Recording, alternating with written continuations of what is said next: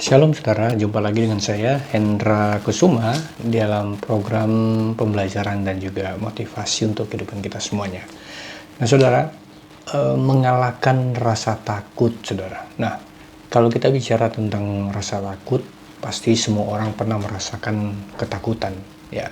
Entah itu karena apa, tapi yang jelas siapapun saudara, dari kalangan manapun, status sosial apapun, jabatan apapun, usia apapun saudara, setiap orang pasti pernah mengalami yang namanya rasa takut. Nah saudara sama Tuhan, dengan kondisi yang saya alami di hari yang ke-12 dalam masa isolasi ini saudara, jujur banyak hal yang secara manusia membuat saya takut. Kenapa? Karena dengan berita-berita yang saya lihat di media sosial, terus di berita-berita melalui online, saya lihat bagaimana tingkat orang-orang yang KO ya, dalam tanda kutip meninggal karena virus COVID-19 ini cukup meningkat. Nah, apalagi di Samarinda juga ya lumayan saudara. Saya kemarin mendengar berita ada perawat dari satu rumah sakit juga yang menjadi korban. Nah saudara, secara manusia saya merasa juga khawatir dan takut. Namun saudara dan Tuhan, saya pikir itu sebagai sebuah kondisi yang wajar ketika kita mengalami rasa takut. Apalagi kita pun juga mengalami hal yang sama, dengan kata lain terpapar dengan virus COVID ini sendiri. Nah saudara dan Tuhan, dari pengalaman itu saya belajar ketika saya renungkan bahwa tentu pasti ketakutan itu bisa datang kepada siapa saja. Tetapi ternyata ketakutan itu bisa dikalahkan dengan sebuah pandangan yang benar, sebuah paradigma yang benar tentang situasi-situasi yang kita hadapi. Nah kemarin di sharing saya katakan bahwa tentu untuk mengalahkan virus ini, hati yang gembira adalah obat yang manjur. Tapi semangat yang patah itu mengeringkan tulang. Nah, kalau kita dalam kondisi rasa takut saudara, apa yang saudara akan lakukan? Nah, ada begitu banyak orang yang sulit untuk memanage emosinya, perasaannya ketika mengalami kondisi-kondisi yang seperti itu. Nah, yang saya mau katakan buat saudara, bahwa tentu pasti firman Tuhan juga mengajarkan kita bahwa roh yang ada pada kita lebih besar daripada roh-roh yang ada dalam dunia ini. Nah, tetapi masalahnya adalah ini bukan roh, tapi ini virus yang bisa menyerang siapa saja. Nah, tapi berangkat dari keyakinan kita, iman kita kepada Tuhan, tentu pasti seperti yang saya katakan kemarin bahwa hati yang gembira adalah obat yang manjur, tapi semangat yang patah mengeringkan tulang.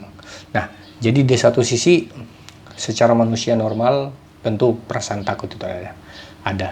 Tapi yang pertama yang saya lakukan ketika rasa takut itu muncul, maka saya mengalihkan pikiran saya kepada hal-hal yang jauh lebih menolong saya untuk tidak merasa takut.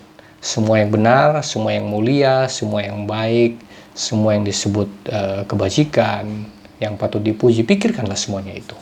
Nah, artinya saya membangun sebuah pemikiran yang benar bahwa semua orang pun bisa takut, tapi di satu sisi ketakutan tidak bisa mengalahkan keyakinan kita di dalam Tuhan. Nah, itu sebabnya kenapa ketika rasa takut itu melanda, saya hanya punya satu pikiran bahwa saya tidak perlu takut dan saya tidak perlu bimbang, saya tidak perlu khawatir, sebab saya tahu bahwa Tuhan menetapkan langkah-langkah orang yang berkenan kepadanya.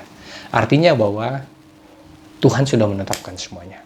Tuhan sudah ada di dalam naungan, ada di dalam kontrolnya Tuhan. Kita ada di dalam perlindungan dan proteksi Tuhan. Sehingga kenapa Anda dan saya harus takut dengan kondisi situasi yang kita alami, ataupun hari-hari sekarang ini yang membuat banyak orang merasa khawatir, merasa bimbang dengan hal-hal yang dihadapi, khususnya ketika pandemik virus COVID-19 ini menyerang kota ini. Ada begitu banyak orang yang panik, ada begitu banyak orang yang takut.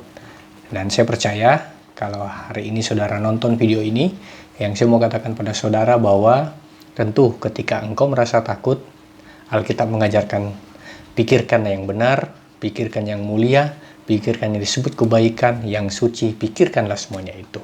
Sehingga rasa takut itu bisa diminimalisir dengan hal-hal yang benar, yang mulia, dan tentunya yang datang dari Tuhan.